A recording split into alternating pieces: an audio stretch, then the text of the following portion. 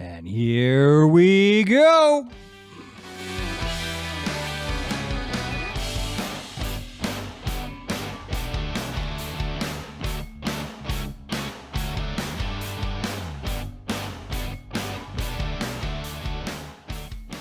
Today on the show, we're going to be talking about corporate support for wounded warriors. I'm your favorite host and your favorite realtor, Mark Meincke, and this is the Meincke Show podcast.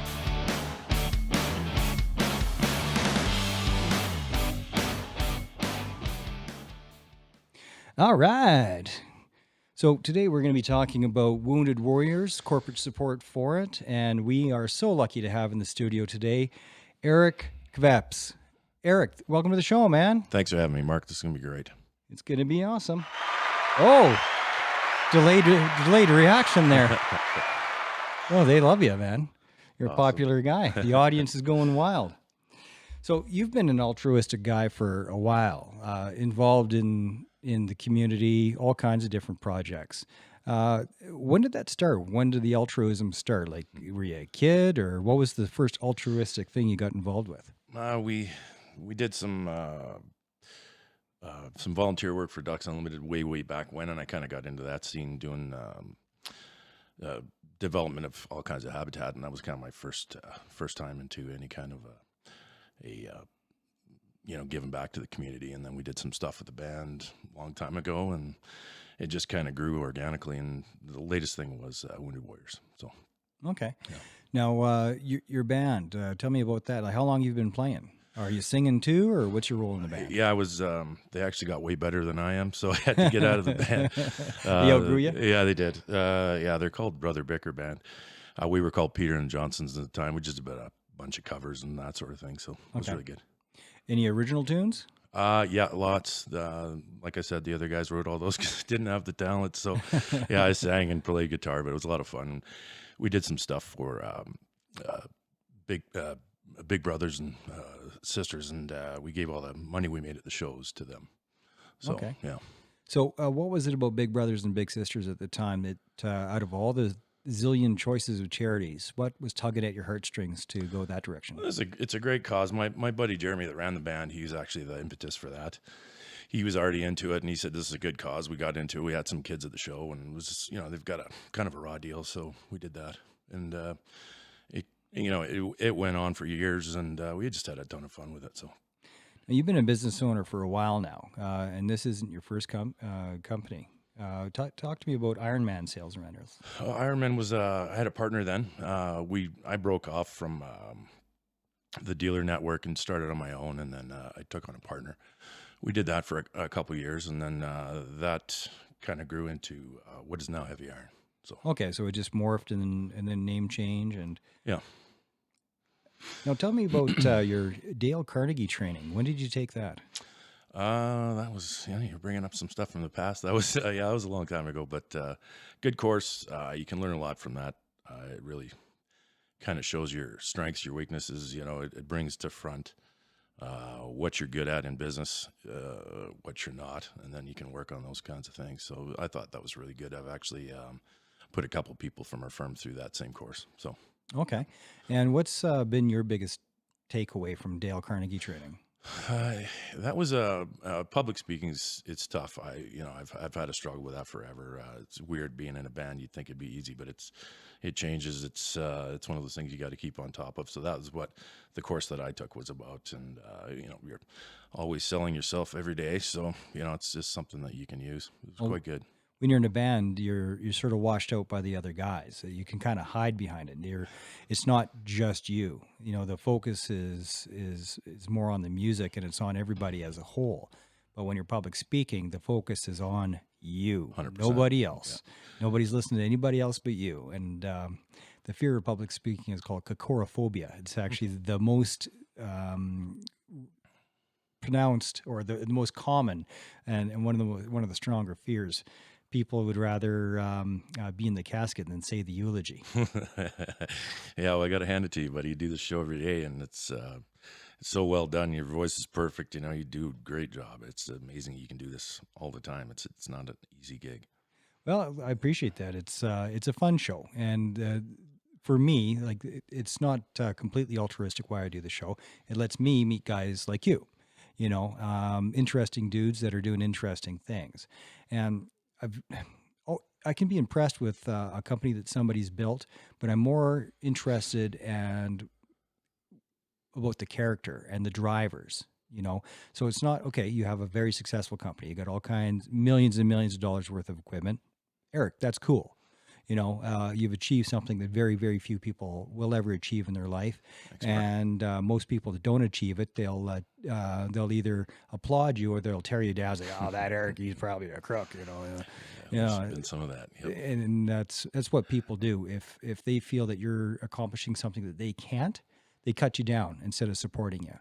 I call it crab bucket theory. So for the people that are cutting you down, they're trying to pull the crab back into the bucket, and you just got to ignore those guys. Everybody else is trying to help you out of the bucket. And that's why I like the business community, because guys like you tend to want to just help others and lift others. You're not trying to squish anybody down, not gossiping about people. Oh God, no. And that's what business owners are actually about. So one of the key ingredients for doing well in business is to have a certain amount of passion for what you're doing, or at least how you're doing it. And so for heavy equipment, like what are you getting out of it yourself personally? What do you, other than it's a cool business, and what is it that you love about your business, about heavy iron? The best part about our business is we reach into every part of a business. I mean, if you had a house built, if you had a basement dug, if you had an acreage, if you have a road you drove on, an asphalt that was on top of it, it was concrete and the barriers. We've dealt with all of those people and all of those businesses, and it's just an endless learning curve. So there's, you can be in forestry one day and you can be in concrete and aggregates the next, and it's just, the business never stops changing. It's so much fun. It's got to be interesting driving around town. And I know as a realtor, I do it as well, where like, oh, I sold that house. Oh, I sold that house. Yeah. Oh, I helped put that deal together. But for yourself, you've been around a long time. So you look at major developments and go, oh, I was part of that. It's like, oh, I was part of that. That's got to be rewarding. It is. It's great. And Calgary's such a vibrant city. It's been tough place in the last 5-6 years, as we all know, with the downturn in the local government as it is. But you can feel the energy coming back now, and that's been really positive. If you're going to be in a place in Alberta for growth, I think we're right in the middle of it. So it's going to be great. Coming up, it will get better. So you're optimistic for 2019? Big time. Yeah. We've got so many capital projects that are going infrastructure wise.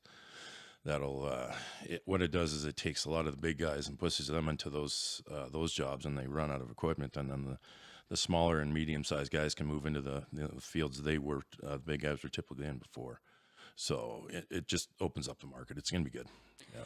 Or have any of your competitors gone out of business in the last few years? Yeah, lots. Yeah, it's a tough business. I mean, when I started, it was mortgage the house on a Monday, like as much as we could mortgage. And thank God for my wife letting me do this. But mortgage the house on a Monday, buy a piece of equipment on Tuesday, typically out of the States, mow it in, go through it, mechanic on it, do whatever it needed, sell it within 2 weeks, and then basically pay the house off and then repeat. So yeah. That was a grind in the early days because the banks wouldn't touch us. And I think that's pretty common for most small businesses. There's a lot of risk involved. So I just had to keep doing that. We're better now. And finally the banks want to talk to us for a change. But it's been a challenging start. I wouldn't recommend it, doing it the way I did it. It was tough. But the amount of guts it takes to do that, to put your house on the line. When I was a kid, my dad put the house on the line, and it was doing well for a while. Then Trudeau Part 1 hit, and we lost absolutely everything. I know how that went. Yeah, it was brutal. I watched all my belongings, including my motorcycle, get auctioned off on the driveway. Bye, motorcycle. Bye. Unbelievable. Yeah, and now it's happening again. Yeah, it is. His son's here to finish off the job. It doesn't need to be this way. I mean, it's depressing to watch it, but that's politics for you. Well, it's the power of ideology. Our prime minister comes off as good-hearted, nice person who just wants to do well for others. Mm-hmm. And I'm sure in his head that that's what's going on. And nobody thinks that they're the bad guy. Everybody thinks that they're the good guy. But for a fella like this to hurt so many people, but he's just hurting the people that he doesn't care about anyway, which is business owners, entrepreneurs. Sees us as a bunch of Scrooge McDucks because he has no idea what risk is. He's never had a mortgage payment to make. No, he's an ex-drama teacher. I mean, the guy has no day-to-day knowledge of what it takes to make it go. I mean, and it shows in his policies. It's, I've got some lawyers and doctors, and they've been wailed on by this government. It's really bad, and you're looking at, maybe at the end of the year, you have some windfall there of extra cash after a good year. And, the way he's structured his taxes is basically if you put it back in the company, they'll tax you extra. So you end up pulling it out because you get taxed less. And I'm like, this is ridiculous, Yeah, well, and it's because of the same attitude that small to medium business owners are all a bunch of tax cheats. Yeah. Is the attitude, and we're all a bunch of Scrooge McDucks rolling in money. No, couldn't be further from the truth. No, we're the guys sweating bullets all night, wondering whether or not you're going to make payroll. 100%. Half the business owners that I talk to are telling me 2018 was tough. 2019, and we're talking about guys 10, 15, 20 years of successful business, and all of a sudden they're talking about maybe having to close their doors. Yeah. Seen it everywhere from, all throughout Alberta and interior BC. We've got guys that are falling down, and they came into the last 3 years doing good. And then it's just been the slow bleed. This, the higher taxes is just a punishing government that has no clue. I mean, he had all the time in the world to fix the Trans Mountain pipeline job and didn't say a thing. It was 6 months of silence, crickets from our federal government. And then right before D-Day, he comes out and says, we're going to buy it. And I'm looking at him going, we don't want you to buy it. We don't need you to buy it. We need you to clear out all the politics that's in the way of this project. We'll take it from here. We're, in Alberta, we're go-getter kind of people. I mean, we could have finished that without being bought by the government. I think it was a giant waste of money. Didn't need it, but it was just another perfect example of that government's poor planning and lack of foresight. It was bad. He doesn't understand why we don't want the free money. Oh, well, we'll do better with your unemployment insurance. What? No. Oh, so you're going to take the pain away of being unemployed a little bit. Thanks, but no, we need jobs, man. Yeah, and the veterans, he's been, of all the prime ministers, I thought this was going to be a good one for the veterans out there, and he's just wailing on them too, and it's unbelievable. Yeah, there's some mixed thoughts of that. I'm in the system myself. I go every Tuesday. I go for PTSD therapy at the OSI clinic. I'm super happy that all these programs exist. They're looking after me pretty well. The challenge with the veteran programs is access to them. Really? None of us has a full clue of all the different things that are available or how to get them. There's bureaucratic stopgaps that keep you from them. And then when you finally do, most of us don't have enough in the tank to fight. See, that shouldn't be that way. Not a bureaucracy role. But without advocates, nothing gets done. Because they always say no the first time, except for there's a couple of claims where they don't. But if you have a knee that's blown out, well, they're never going to say yes the first time or the second time or the third time. Is that right? But they'll say yes the fourth or fifth time. But you're out of energy by then, man. It's just a drain. It should be easy. For you guys, it should be absolutely seamlessly easy, I think. It should. We need advocates is what it is, and which we do have with the Legion. A lot of the veterans, they bash the Legion and they bash Veterans Affairs. Like, well, I understand where they're coming from there, but I've seen the good of it. Legion saved my ass. Is that right? Geez, yeah. They got in there, they became my advocate and got shit done where it wasn't going to get done otherwise. Yeah. And so the support's there, just access to them is a bitch. And it's all over the place, like Wounded Warriors that you're a big supporter of. That is awesome. But there's also Homes for Heroes. Dave Howard in Calgary here, he's an event promoter. He started 2 or 3 different veterans charities. I've heard of him, yeah. But they're all over the place. Soldier On. God, there's a million of them, right? Including two friends of mine that each have their own soldier charity thing going on. One, the Veteran Hunters, Todd Heisey, finds and funds events for veterans. Another one, Fierce Mountain Ranch, great guy, and Jared Harper, and he's trying to get that off the ground. So there's lots of resources, but there's no central place, no central website Yeah. that just says, if you're looking for this, here's the resources. If Yeah, you're looking for that, here's the so resources. obvious, it should- Seems obvious, but it doesn't exist. Yeah. So I'm encouraging all these guys to be the one to throw that on their website. Yeah. Maybe have you hired have the resources page in your website. I wouldn't even know where to begin. I mean, you're right. It's a monstrous diplomatic nightmare, but It is. Yeah, that's too bad. It is. So out of all the charities I've had on this show, Snaps Foundation and others, there's so many to choose from. Why Wounded Warriors for you? We do a lot of driving in this business. Craig, who actually introduced us, he's just getting his truck deckled here coming up. It'll be in winter camo, digital camo. It'll look really sharp. You'll see him driving around here soon enough. But on one of my drives, I was just trying to think of a way, just listening to Veterans Affairs on the radio, and I was just, talk radio, just listening to what the guys are saying. And I was trying to figure out a way we could give back. Always liked camo. I don't care what the girls say, but camo is a color. So,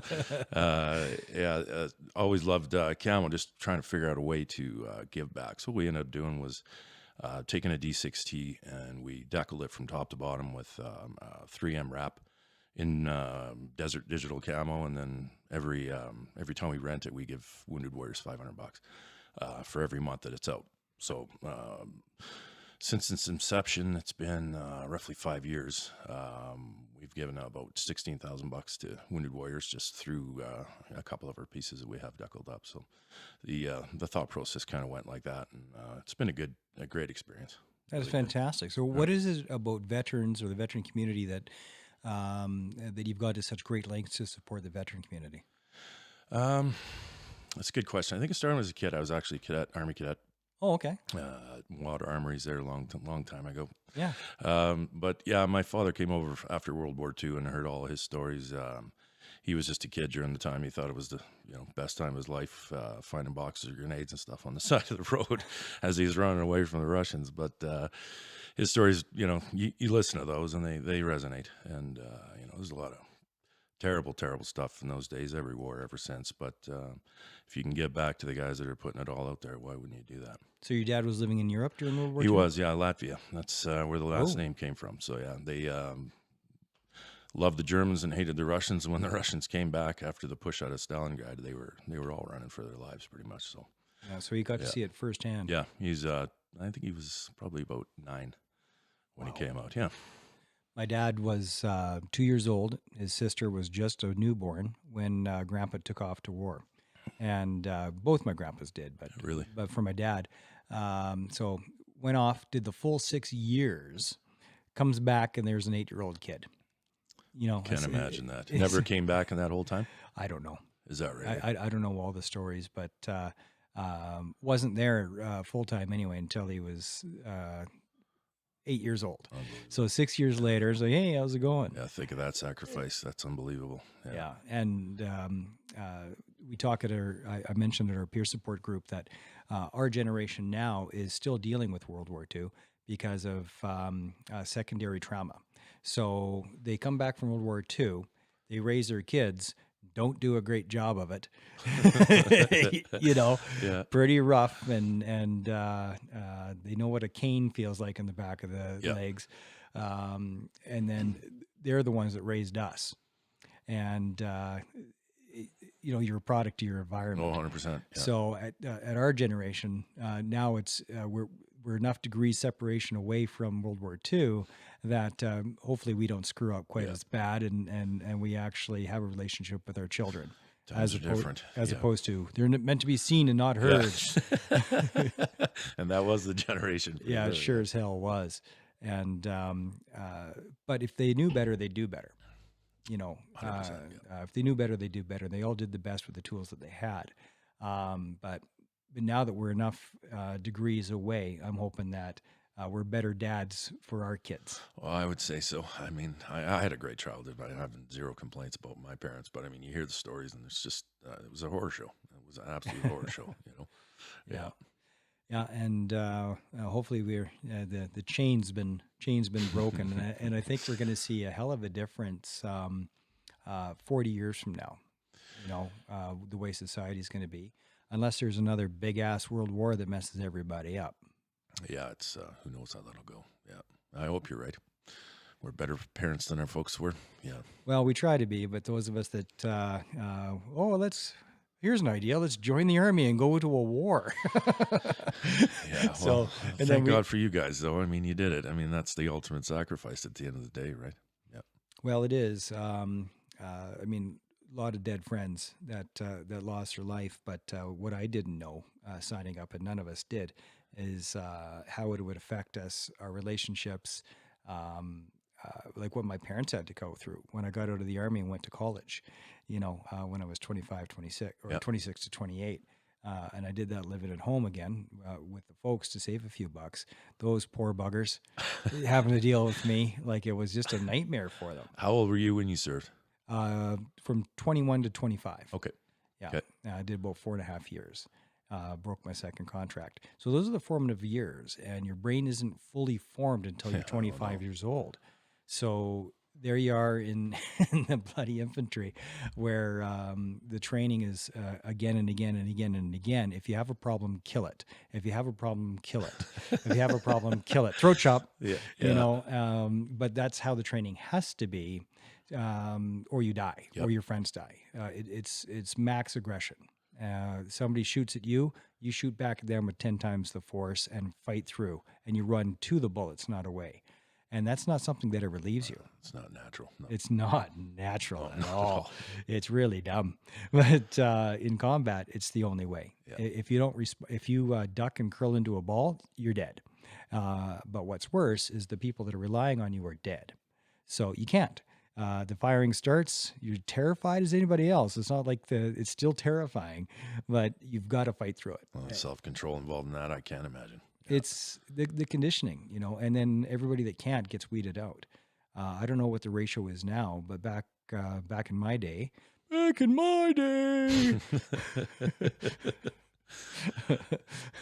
oh, my hip. Back in my day, about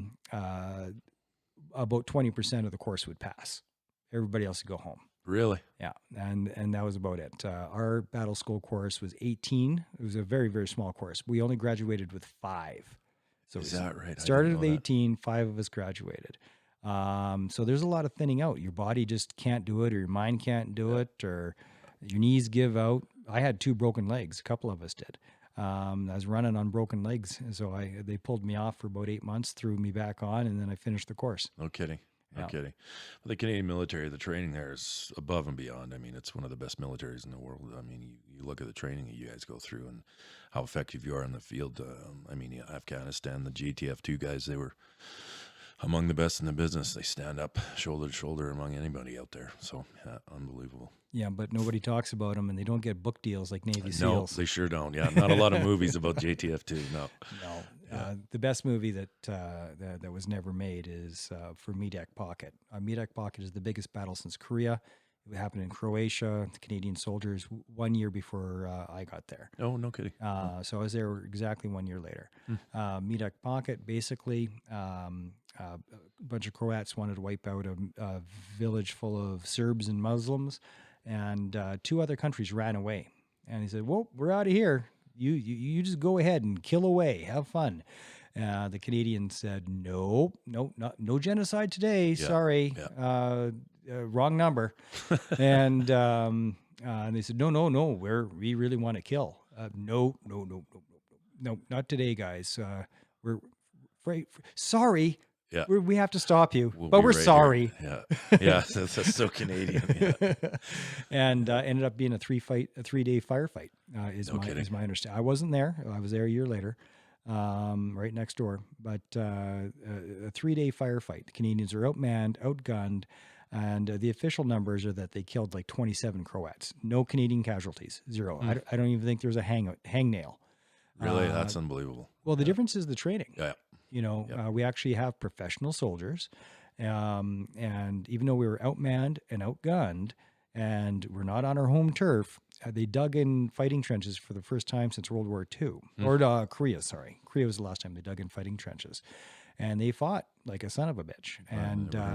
And I know the official death numbers are wrong because I personally know guys that took more than the official death numbers by themselves. By one guy, yeah. One C6 gunner in particular, 50 or 60 Croats went down. No kidding. You know, and but the end result was, however many dead Croats, probably 300 or so, and but that village didn't get sacked that day because. And there was no good guys, no bad guys. The Croats weren't the bad guys. Depends on the day of the week. Depends on the day of the week. Who was doing what? Everybody was doing horrible shit, and then everybody be dead. Little babies, children, families, everybody's dead, and thrown into a pit. And that's what they did.